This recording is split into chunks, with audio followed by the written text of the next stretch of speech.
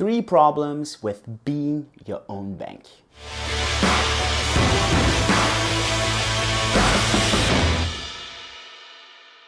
Hey and welcome to today's video. My name is Julian. On my channel, it's all about making you crypto fit. And that means explaining cryptocurrencies, blockchain, decentralization, but also entrepreneurship and mindset in a very simple way. And today I want to discuss this concept of being your own bank, because this is something we hear all the time. We hear this, the proof of keys, proof like that you own the coins. We want people to take off the coins from their exchanges. And this makes a lot of sense on the surface of it, because not your coins, not your money. That's the main credo in cryptocurrencies. But there is a major hurdle when you are your own bank and when you work with hard wallets like this one. I've linked this one up down below if you're interested in the one that I'm using. But there is a problem with all of those. And actually there are 3 major hurdles of this, and this actually leads to that many people, especially high net worth individuals, do not want to be their own bank. And this sounds counterintuitive because let's say I would have tens of millions of dollars in Bitcoin. Why would I want to have them not on an exchange? Because, I mean, on an exchange, they have my coins, they have my keys, so they have my money. And there are some good reasons to it. Reason number 1 is user experience. Now here, with this hard wallet, at least the user experience is as good as it gets. But it's still not perfect. And for me, perfect is, can my mom do it without my help? And I'm pretty much my mom's customer support when it comes to using such a hard wallet. She's using exactly the same model, and I think it's doing a great job, but it's still not as convenient as using some other service, some of the large services that she might be used to on the internet. And this is actually a humongous next step. I think one of the next large companies in the crypto space is going to be one that's going to solve all this user experience hurdles and I think all these kind of next steps, and it's going to be humongous. And obviously exchanges help a lot there. Yes, they bear some major risks, but they still enable and facilitate a lot of these first processes.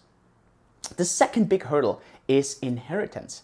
We have heard these crazy stories where someone has, let's say, $100 million and then they die and people don't know where their private keys are. They don't have access to it.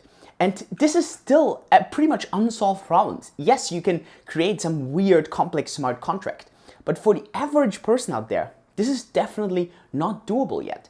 And this is, I think, also another huge problem that has to be solved. And the company who's going to solve this in a very straightforward, easy manner, my goodness, that's going to be a multi-billion-dollar company. And this makes it difficult at the moment with being your own bank.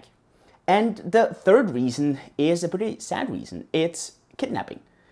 I have seen experiences, gladly not by myself, but I actually know people that had problems where, well, some people with malicious intents came and they kind of forced people out of their coins. And if you think, well, I have this hard wallet, how are they gonna hack in there? They don't have to hack in there. All they have to do is they have to put pressure on you. They have to hurt you. They can hurt, loved ones.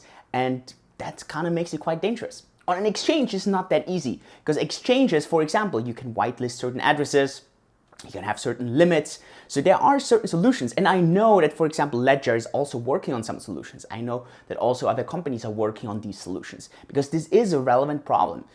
For me, the only solution I have is that for example, with this ledger, I can only control a few Bitcoins. The majority of the Bitcoins are on a ledger that's locked up somewhere where I don't even have access to. That's the only way to do it, right? Similar like when you would use a centralized banking system. But this is because being your own bank is not always that easy. But at the end, being your own bank is really, really important. It is important even though it takes, well, a little bit of an investment to buy, for example, a hard wallet. It takes some commitment, takes some time, and it takes a little bit to learn. And at the end, this is what decentralization is all about. So yeah, I kind of want to encourage you to kind of dabble in there and kind of try this out and move your coins away from exchanges, even though there are hurdles on it. Again, you want to see this model, look it up in the description below. And otherwise, let me know, this would be very interesting, in the comments.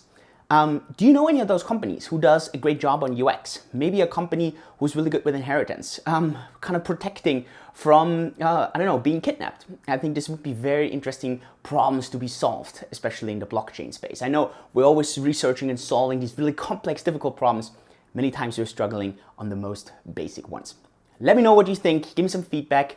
Leave me some nice comments in the description below and give me a thumbs up on this video. Share this for more people to see it. Subscribe to the channel if you want to be updated, and I'll see you at the next video. Yours truly, Julian.